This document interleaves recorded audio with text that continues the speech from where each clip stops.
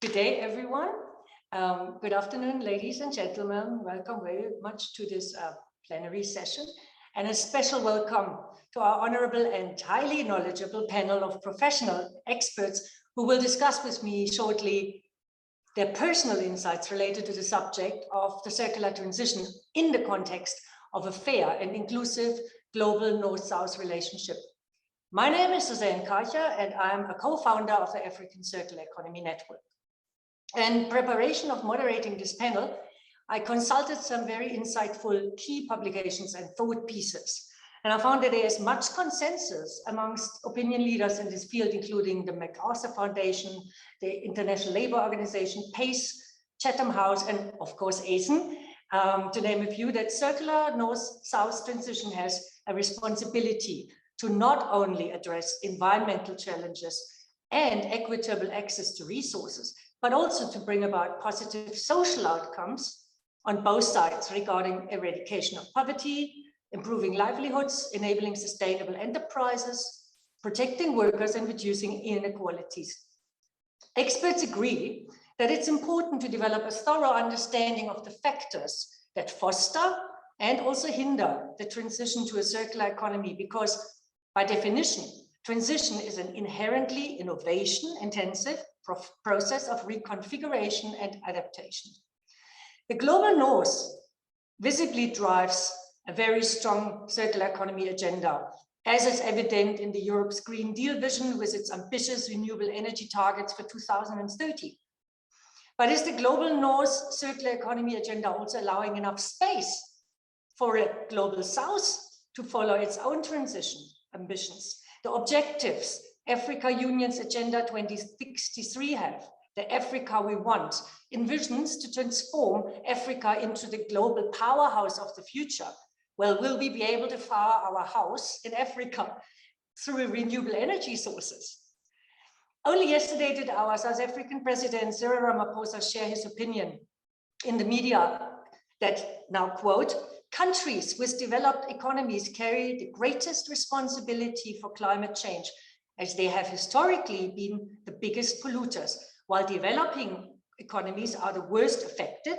And that is why wealthier countries, he says, have an obligation to provide significant financial support for developing economies to adapt to climate change and reduce emissions and other pollution.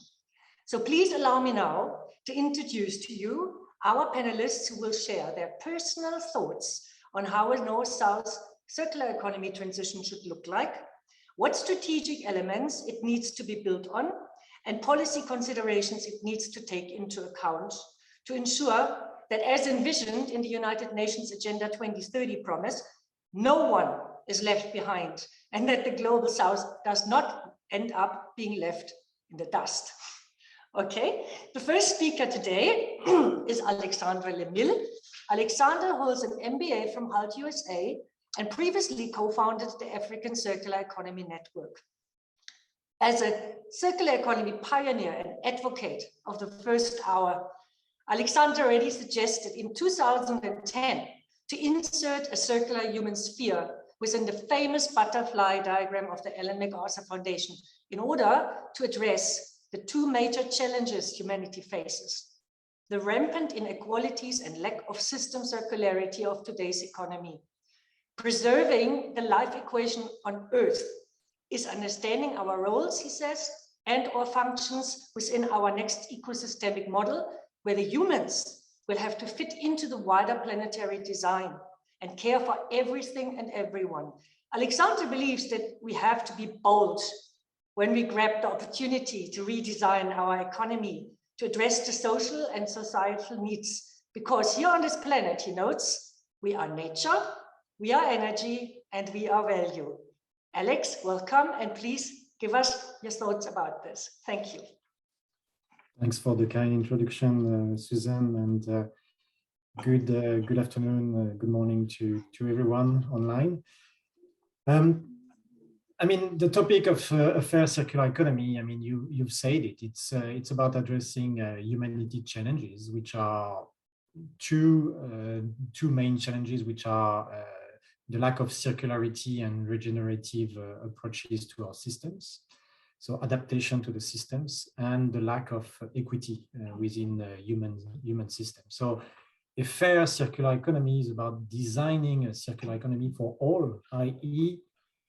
putting people's needs in the middle of the circular economy and not the industry's needs. And that's a major challenge, because that's not how circular economy has been designed so far. But we can build on that. We can use what I call the circular thinking, which is about designing waste and pollution out of our systems, into going into designing all negative externalities out of the systems, inclusive of social inequity, bad health, preventing from becoming sick, for instance, into a caring for everybody and for everything type of economy. And there are some examples already. I mean, in Africa, in Nigeria, you have Hello Tractor, which is a platform that grants access to farming equipment to people who cannot afford such equipment. And they are now able in every corner of the country to grow crops to feed not only themselves, but also the citizens of Nigeria and beyond. In the global north, you have the city of Roubaix, for which I work, which has asked its citizens to live a life at zero waste, and by granting them tools and knowledge through workshops, through interactive sessions, in order to live a life at zero waste. And it seems that there is a correlation between living such a life and getting out of financial burdens, having a better life, better health, and more social inclusiveness. So we can see such correlation happening through implementing circular thinking and principles. And lastly, I would say it's about valuing what is in abundance. What do we have in abundance on Earth? Well, we have limited resources, so those needs to be taxed, especially the non-renewable resources. And we have human energy and biodiversity abundance, and these should be preferred, therefore untaxed.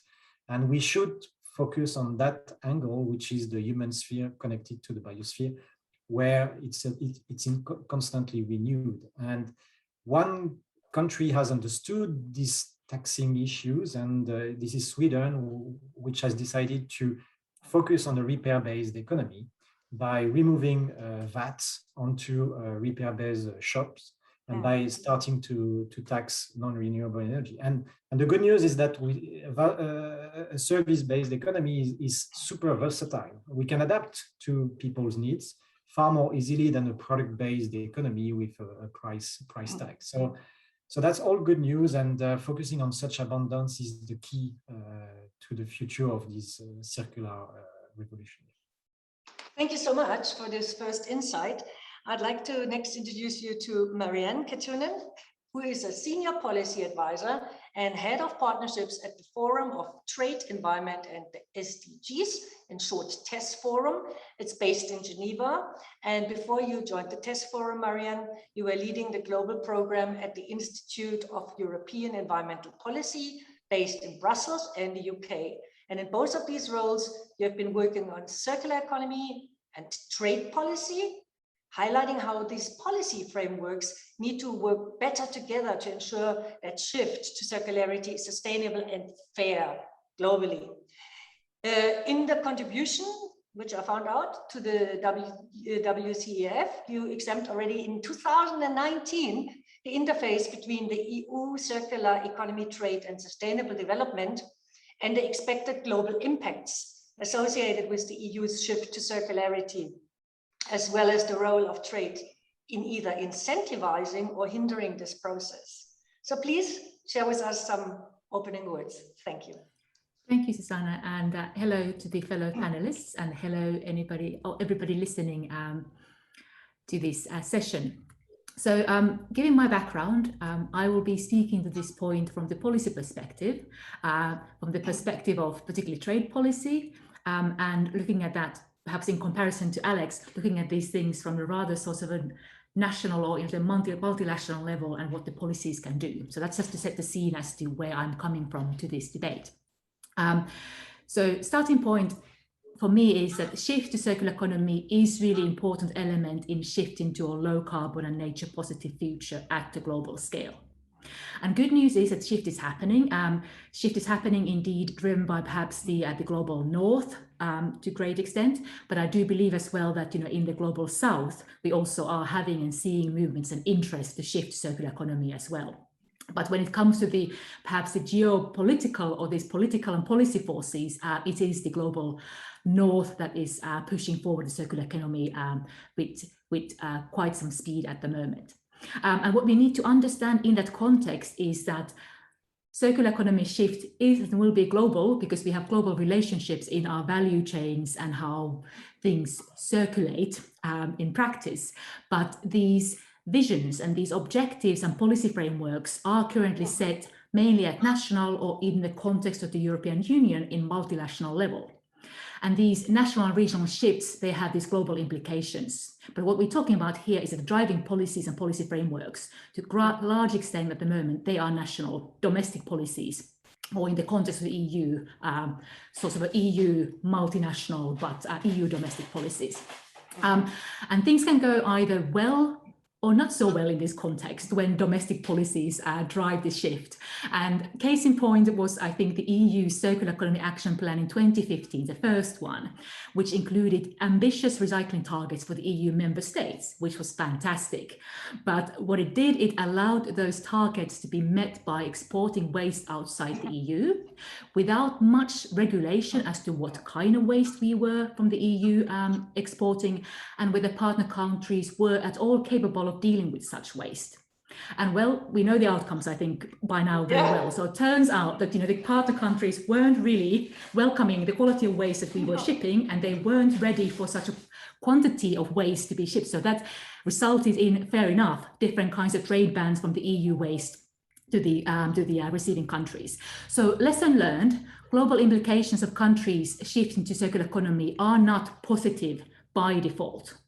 So we need to really address this, and this is linking to the environmental impacts of the shift, but also topic of today's conversation, how fair it is globally to the partner countries in this. So we need to think about these partnerships, particularly in the trade context when we move further in the circular shift. And they are policy solutions to these things, but we need to be looking at policy solutions in a holistic and comprehensive way. So we need to look at our domestic circular economy policies and their aims, first and foremost. How do they impact through the trade policy, the world? So then we need to look at the trade policy and trade relationships, and how can trade support circular economy shift as a second thing. And then thirdly, and particularly in the context of the North-South cooperation, bringing the developing country and developing cooperation in this shift, because through the developer policy, we can also support capacity building in the global south. So we're talking about a policy triangle, which is circular economy policy, which are primarily domestic trade policies, and then also development cooperation policies. And these three things need to work together so that we will be able to have a sustainable, fully sustainable, and also equitable circular economy globally in the future. So with that, I leave you with these open remarks and hope to then discuss these points later on in discussion. Yes, I think there will be lots of potential from what you just said. I have already a couple of interesting questions for you as well. But let me first introduce you to our last speaker today. Last but not least, Hester Brink is a researcher at the PBL Netherlands Environmental Assessment Agency. Her research focuses on how a transition to a circular economy in the Netherlands is connected to potential sustainability challenges and opportunities in the global south, with case study research on various value chains. In addition, she is part of the PBL team working on monitoring and evaluating the progress of the transition to a circular economy in the Netherlands at the request of the Dutch government. PBL Netherlands Environmental Assessment Agency is the Dutch National Institute for Strategic Policy Analysis in the fields of the environment, nature, and spatial planning.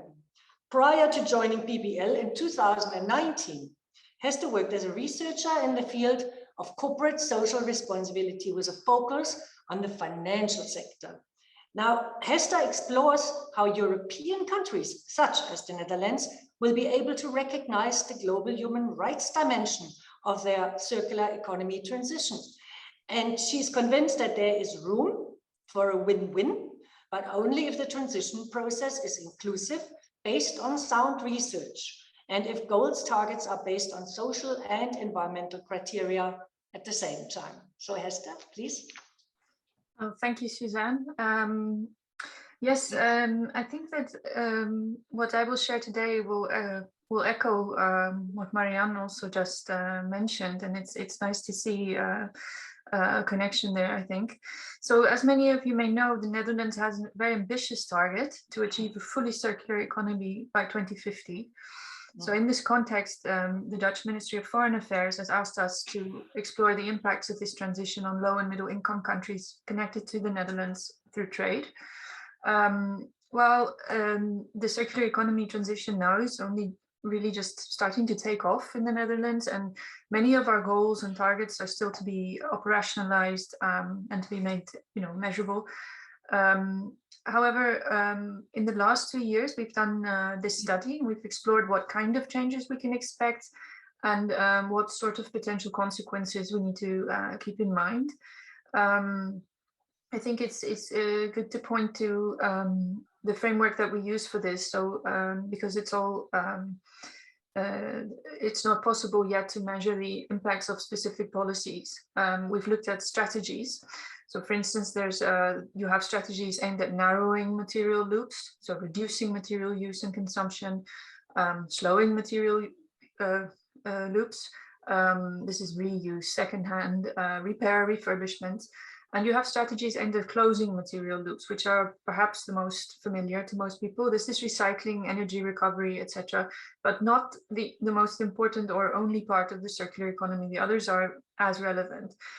And we find that these impacts in the global south, it depends really also on which strategy is chosen and what receives most emphasis.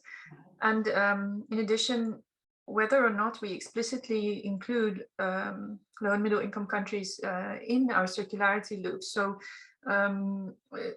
yeah, what this basically means is, we can strive towards a circular economy within the EU or the Netherlands. I mean, we are a small country, so EU level then, and disregard everything that happens outside of the EU. Or you can say we include specific countries also in our loops for services, materials, etc. And then the third category or dimension that determines impact is also the local context in the countries in question. And then, yeah, just 3 points on the just transition.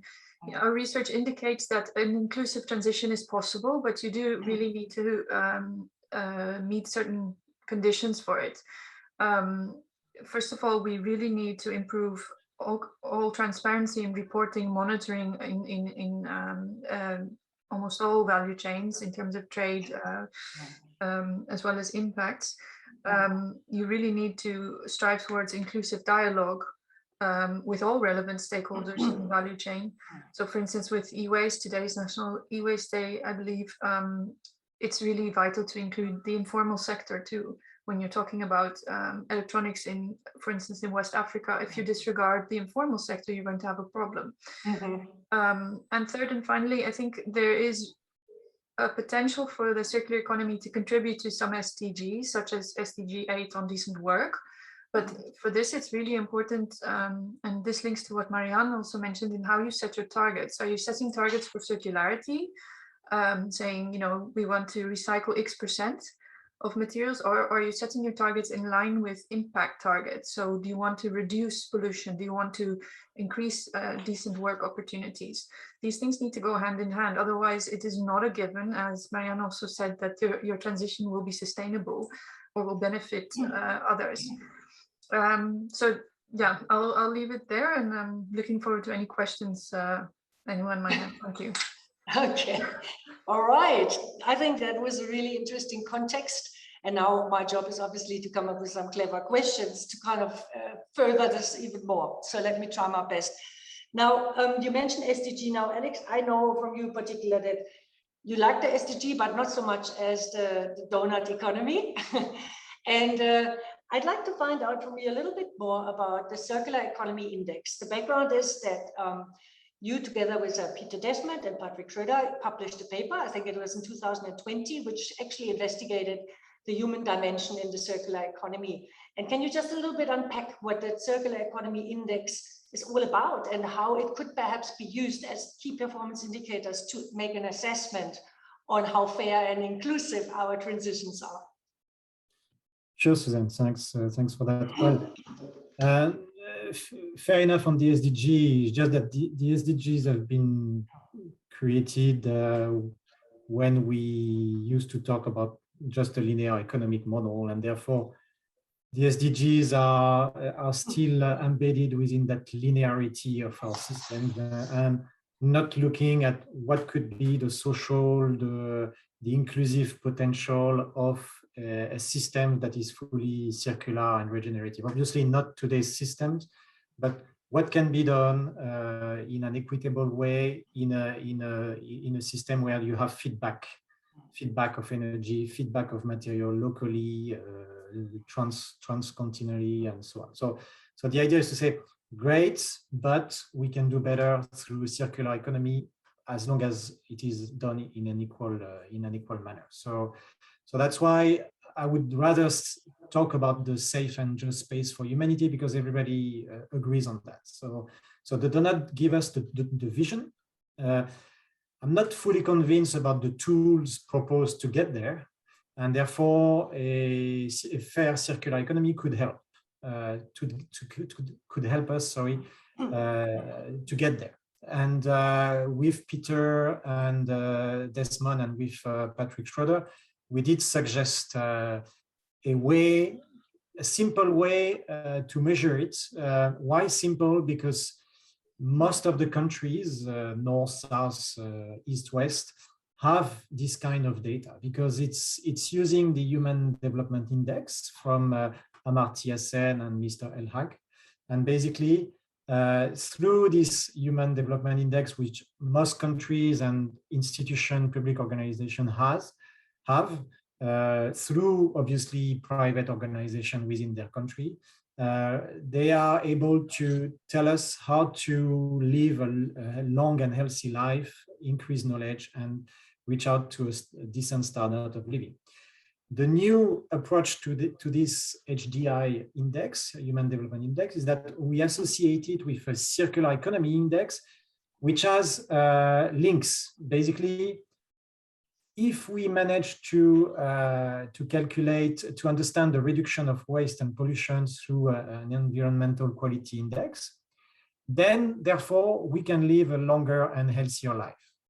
If we manage to increase the skills that are required, I would say we need a lot of skills from the South.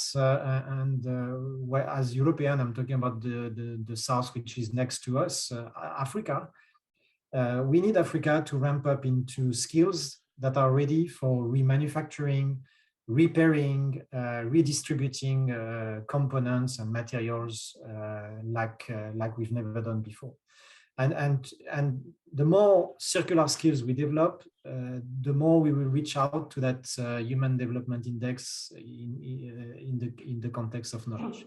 And the last index within the circular economy one is, what are the spendings of the households and the earnings, and how much of those spendings and earnings are considered to be spent into circular goods and services, which are more benefiting the societies than the current linear one that we extract from the ground, make, and then throw. Here, what could be the potential of spending and earnings into those type of services, and how can we increase the standard of living of the people, be it from the north or from the south? You have poverty in both sides, except that this is using a different definition. And basically, what does poverty mean?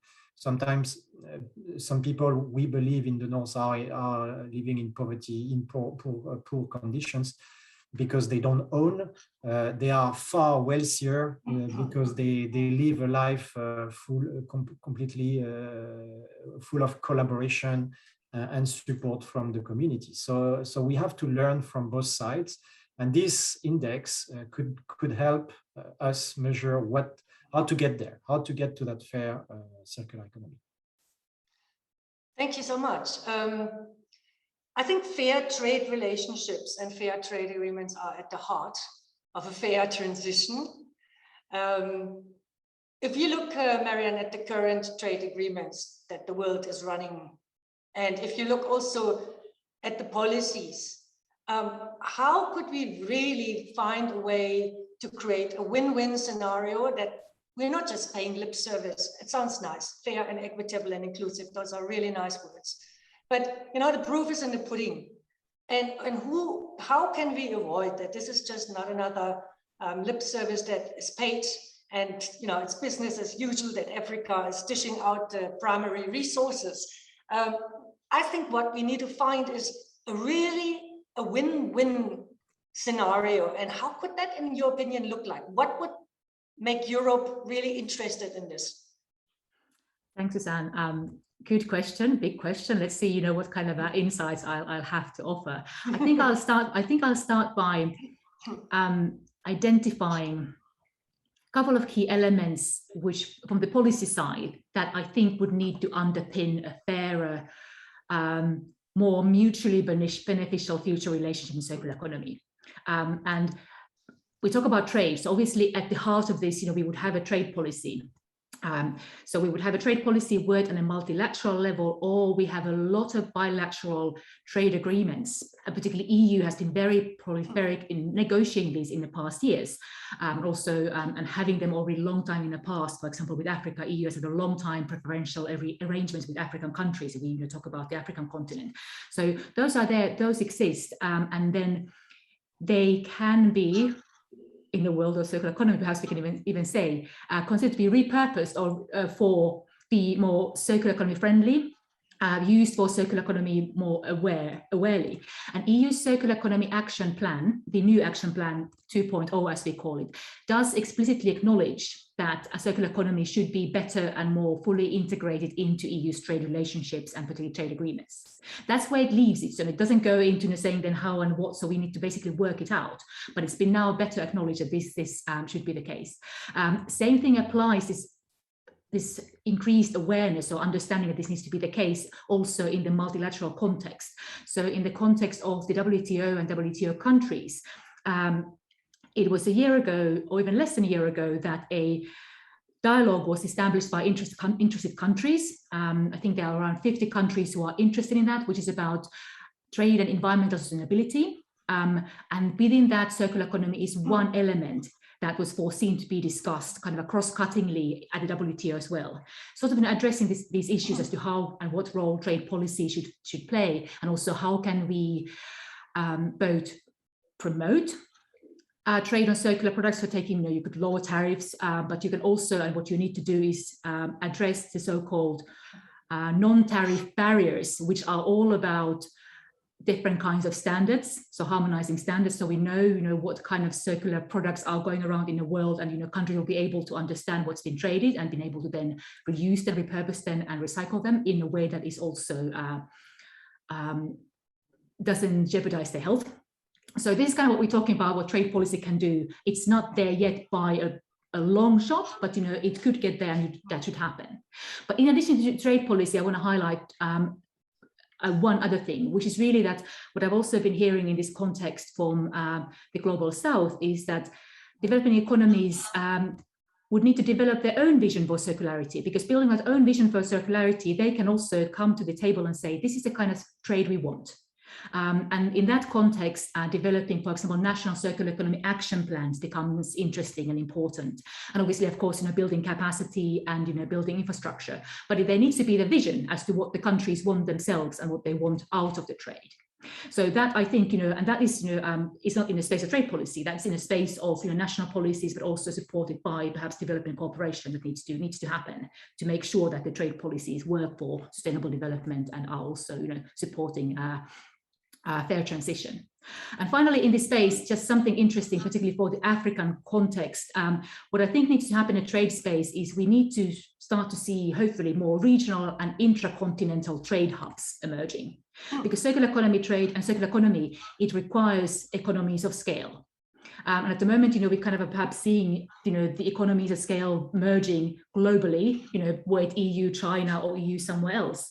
But it certainly could be that, you'd start to retain value, for example, on the African continent by supporting, trade in the Eastern or Southern or Western African countries.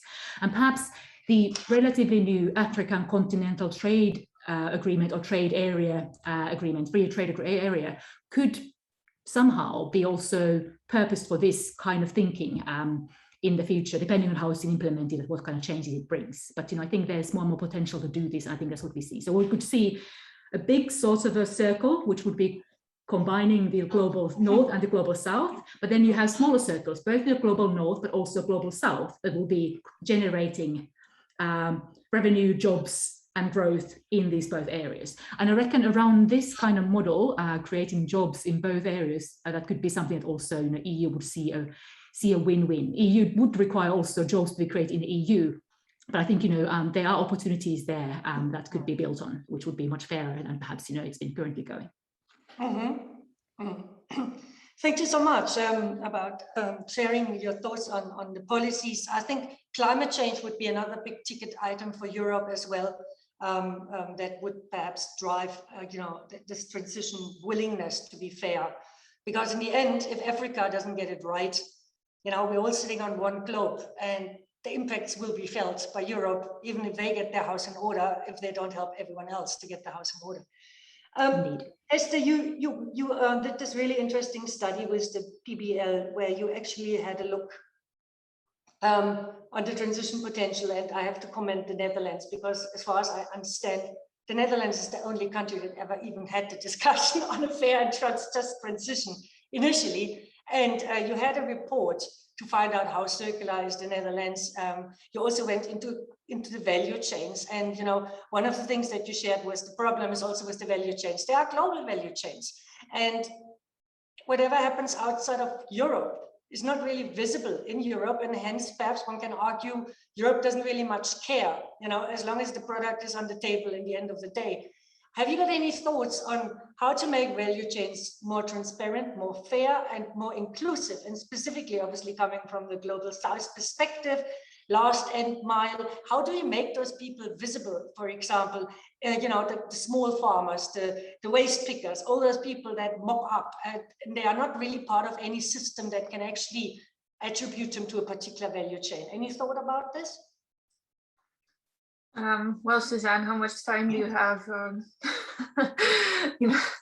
The thing with what I keep coming back to with these challenges, but also opportunities in global value chains, and I mean discussions around circular economy.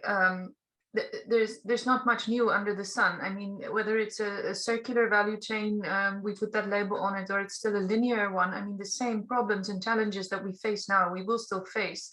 And in a certain sense, many of the same recommendations apply just as well to what we want to call a circular supply or value chain as they do to linear. And I mean, we are far from achieving all of our goals in terms of transparency, monitoring, reporting, accountability mechanisms, even just knowing what goes on in these value chains. I mean, we can look at cotton, we can look at mining, we can look at anything, and there's every sector has its own unique challenges. So I don't have an answer for all of it, but I would say continue. Personally, I would say continue to push for transparency and reporting and monitoring as a due diligence requirement that companies and those that they do business with, including their subcontractors and their subcontractors, that they have to report on certain indicators. And I mean, we need information, and civil society needs information to be able to hold actors accountable that do externalize costs. So this is really important. But I mean, there's different things that different parties can do, and I can go on and on about this, but it's I would say it's not new. Let's continue pushing for all of the labor rights, human rights, transparency, monitoring, fair taxes, etc., that we've been pushing for so long. Yeah. If I think, and that's a question of everyone, okay, I'm quite passionate about asking this question. I'm curious to get all your answers. If you think about it, money makes the world go around. That's just what it is. And I don't think that the circular economy will change that, okay? So we need to think carefully along the lines, what are the financial instruments that would bring the required and desired changes that we would like to see? And Alex, you've alluded already to the fact that, you know, tax systems are shifting. Now we're starting taxing resources versus labor, which is a great start. But I want to take this a step further, and I'm not lying, it wasn't my idea, but it has bounced in my head ever since around when I spoke to this gentleman, Mr. Weizsäcker, at the last World Resources Conference in Geneva at the time. No, it wasn't Geneva, yeah. And he said basically, perhaps it is time that we are not trading and handing over resources from the African side. How about a leasing system? Could you visualize? So he thinks that you know, for Europe's energy transition, obviously a lot of new resources will be required, primary resources. But this gentleman put this little flea in my ear that he said, why is Africa not smart on this and starting to lease out the resources? Because in that way, it still remains the ownership. It still remains the rightful owner of its rich abundance of resources. And that might then perhaps also give Europe a different way to handle those resources. What are your thoughts on this type of rather drastic concept?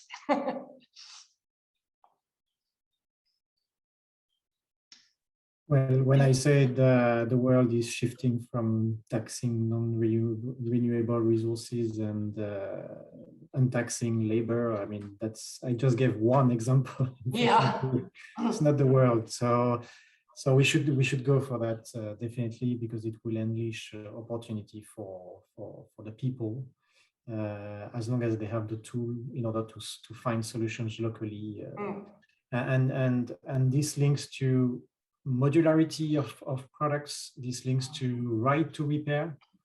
The more you go towards the smaller loop of circular economy, the fairer you are, the more equitable you are, because you grant communities with the tools and with the products like the Fairphone, to say, okay, this mobile phone can be completely accessible. You can dismantle everything. The same with framework for computers. Imagine the same for printers and TVs and you name it. All of a sudden, you have the urban mining activities that can happen within your countries, and therefore less need for extraction. Obviously, you will still need to extract, but lesser if you slow down the economy and if you grant the tools to the people locally and to the communities. And you have a lot of movement like Transition Town, like Right to Repair, Hacker Fair, Maker Fair, and so on. When it comes to the comment that you just shared and the mining, for instance, the mining activity, there are some mining companies that are already moving into offering gold as a service.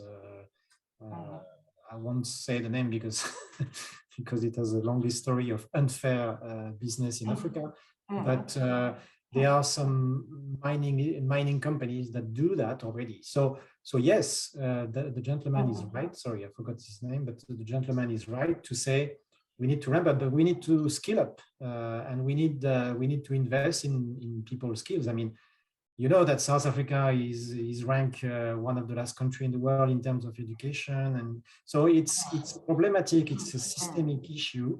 The world needs Africa to skill up faster than in the past, and because the thing is that the circular loops, what is heavy is local, what is light is global, and basically it's better to repair locally in Europe, to repair locally in Africa and in each country, but it's better for Europe to do remanufacturing in North Africa or Central Africa, and the recycling loop as well. So all these loops, the bigger loops, recycling, remanufacturing, can happen in Africa instead of Far East Asia. And that makes not only a circular sense, but business sense. And that would lead to a fairer economy tomorrow. So yes, yes to leasing, yes to remanufacturing in Africa, yes to creating jobs there, to feed not only the global North economies, but also the Africa of tomorrow. I mean, the beauty of Africa is that people in Africa understand everything in terms of collaborating and collaborating societies. They talk to each other, which we don't do in Europe. So they know how to collaborate. They know how they came a few decades ago from a survival economy to a recycling economy today. More like informal economies, obviously, but activities, but it's getting there. So the citizens of Africa needs to tell the people in the North about their knowledge in terms of circularity. How does it work? Because they understand better than anyone doing more with less. And that's what we need to see from Africa. But we're really good at. Tell us how to do that. No, absolutely, absolutely right. I'm just having a quick look here already in the chat. Some questions were coming up, so perhaps we should slowly but surely moving into that space. So for Marianne, Iwan Mutua was asking, do you think so far the SDG goals are promoting inclusive and equal transitions? Do you think at the pace of African countries, they will achieve the goals by 2030? And if so, why? Okay, that question is quite loaded, but any thoughts on this, Marianne? I got this one right. Easy question. Sustainable Development Goals 2030, are they driving the change as we wanted? Yeah, and I'm not going to even. I don't have the knowledge to discuss this in African context specifically. I'm going to therefore discuss it in a context globally. I do think they are driving change, but I also feel, and this is my personal expert opinion and also based on evidence, they are not doing that fast enough.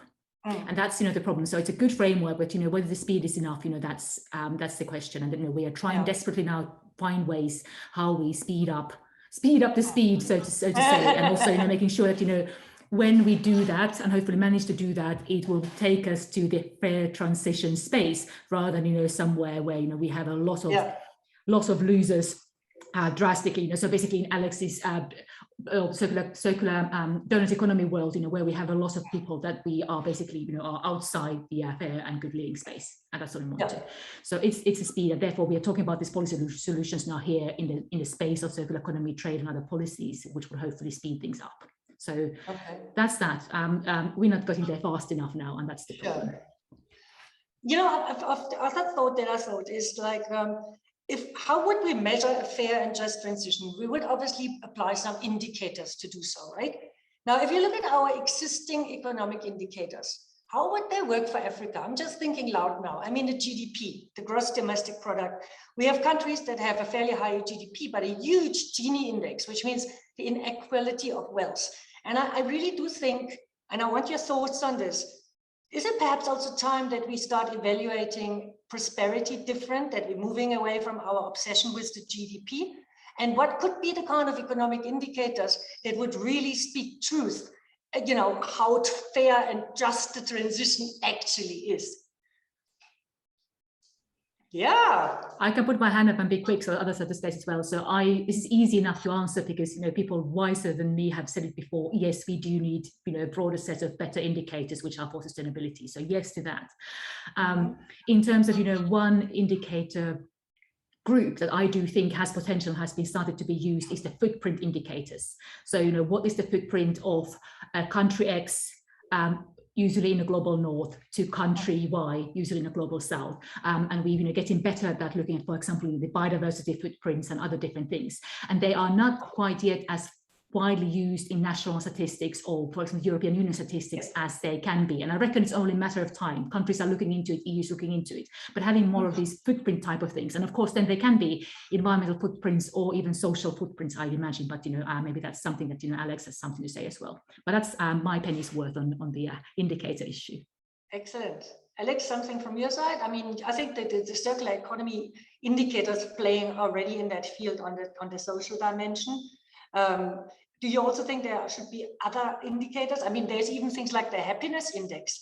There are countries that are evaluated about the happiness index, and the sad news is that the global north is not particularly happy. Apparently, the most happiest place in the world is Bhutan, for all I know.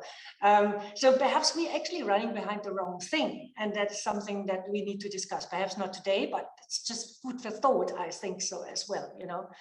Now, I see on the question and answer side, Martin Callisto is asking, shifting waste streams to the global south is not only pushing social and environmental impacts to the financially poorer parts of the world, but also preventing the global south from using the limited recycling capacity it has to manage its own waste. Oh yeah, and missing infrastructure in the first place. How can the North send open source technologies and financial resources rather than waste? Love it, love that question. Anyone feeling it's your name on it? Esther, what do you think? You're talking from value chains. I mean, yeah, it's a waste trade value chain here. So how can we actually replacing that with something a bit more worthwhile for the global south? Yeah, it's interesting. It's a very interesting question, and of course, very relevant. I'm trying to think.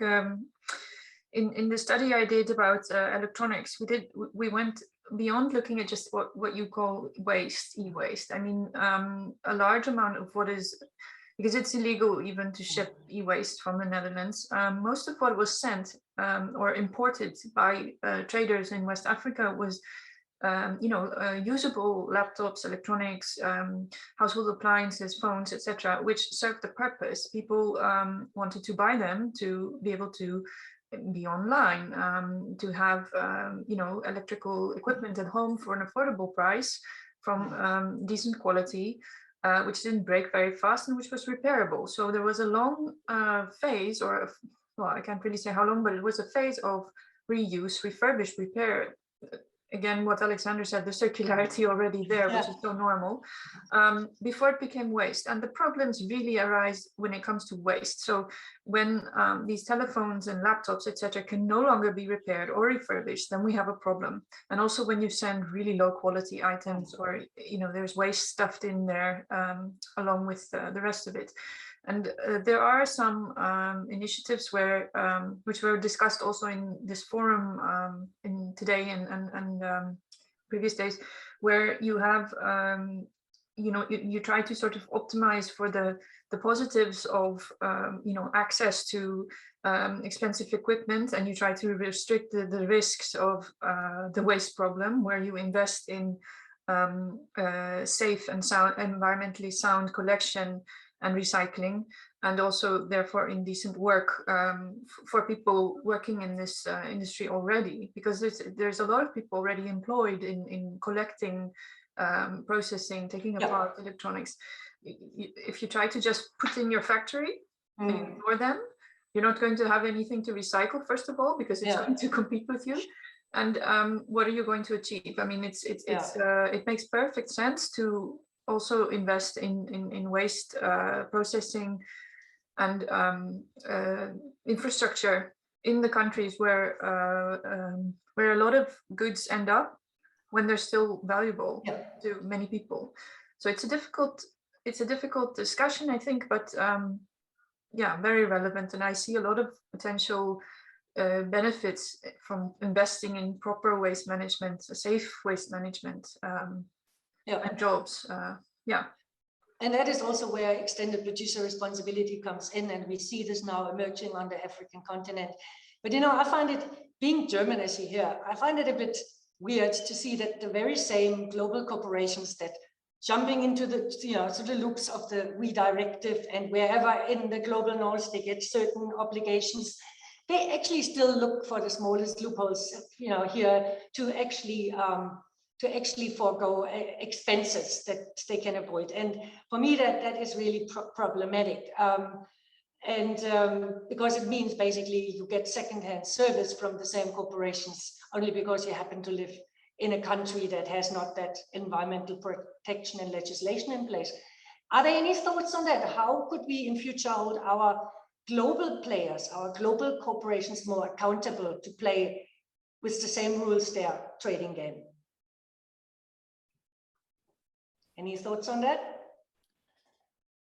I think that just in the top of my head, it does become about the rule and standard setting in trade, and then also obviously monitoring that rule and standard setting is actually carried out. So just thinking, for the question that was posed, how can we stop, in this context of the global north or EU sending waste and shifting to something else.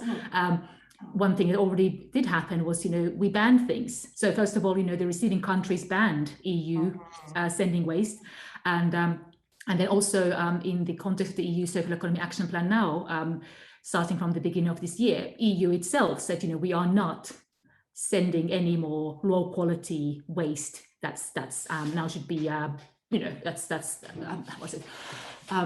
that is not what we want to be doing. But then the question becomes, well, how we'll be now better monitoring it. And that's also the same thing with the e-waste. We have regulations in place there, but the better monitoring and ramping up the monitoring from the sender's end is one thing. But then shifting to that's like banning the negatives, but then shifting to something more positive. I think creating and supporting business opportunities in that space. Business opportunities that shift to cleaner technologies. Building on partnerships within North and South. And then, you can support that obviously through trade. You can lower tariffs. You can try to take down those non-tariff barriers that I talked about. So standardize your standards, making sure that the trade flows. And that's what the trade policy can do, but also there's outside trade policy, your innovation policy in a country, innovation policy in the EU, kind of supporting this type of low carbon sectors, which then start to hopefully seek partnerships outside the EU as well. And I reckon they will, because a lot of these things still require, they can't happen only within the global north. They do require partnerships and resources from the global south. But then you create these, you regulate to the extent that you need to these global players, companies, but you also create incentives, and perhaps also instead of the big ones, you create incentives in the circular economy world for the SMEs. That seems to be the case. There's sort of innovation happens, and you make it easier for the SMEs, who are really, I think, also to some extent, leading the innovation in the circular economy space, which you can do. Yeah. Before we wrap up, and everyone is giving like a 1 minute poignant discussion, is if you look at the economy of Africa, it's by default informal. I don't like the term because it still works very well. But Africa ticks not on 8 to 5 schedules, but Africa is all about entrepreneurs, finding a niche, carving out a living. How can we actually start making a unique contribution that perhaps we can really, from an African perspective, teach something to Europe?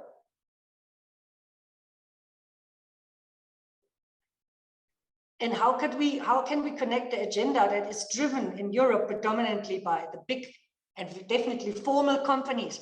How can we make that linkage that they actually will be? Because we need to find a common ground where we could build linkage between the European formal corporations and the African informal representatives of the same type of industrial sectors.